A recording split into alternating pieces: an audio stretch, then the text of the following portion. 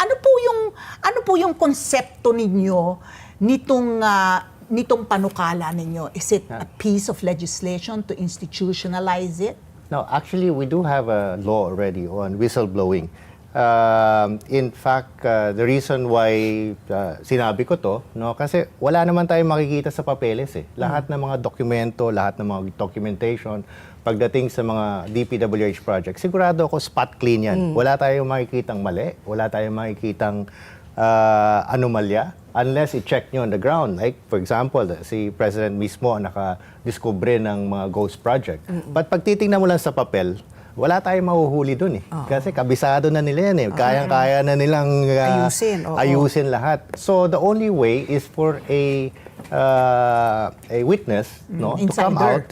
Insider, pag na-pressure sila, pag sige, pag hindi ka nagsalita, baka makulong ka.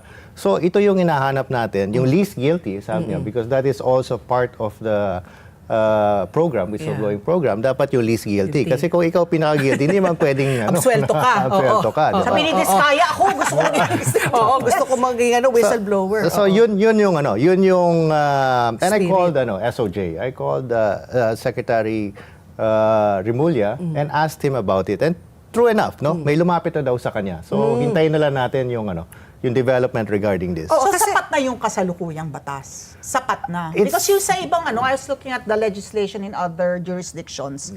Kasi apart from the fact na protektado sila, meron din silang mga apart from, siguro hindi ko alam kung yung hindi sila maaalis sa trabaho, hindi sila may mga ganung mga kondisyones.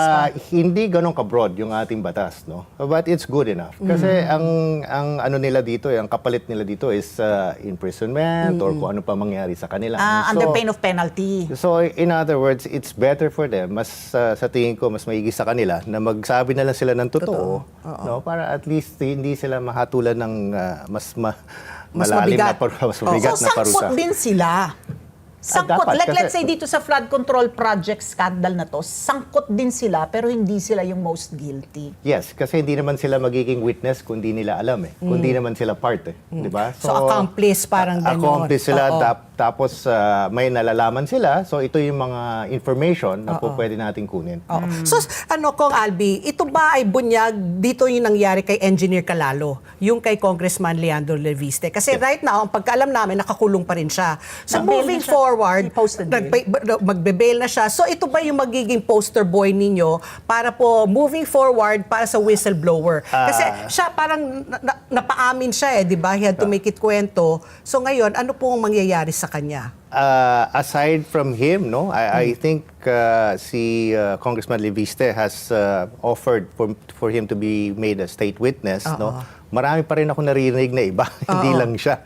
Pero nasa DPWH nasa po. DPWH. So kung nakikita natin na hindi lang siguro isa o dalawa ang magiging state witness dito dahil sa sobrang laki ng anomalya nangyari sa DPWH. So there are a few more. I've been hearing other names. My only concern and worry is baka wala nang matira sa DPWH. Kasi parang, di ba, there has to be collusion for them to be able to get away with this. Alam niyo, dati pinag-iinitan natin ang customs. Diba? Customs is supposed to be the most corrupt agency. Kasi pati security guard kasama dun sa sindikato. Diba?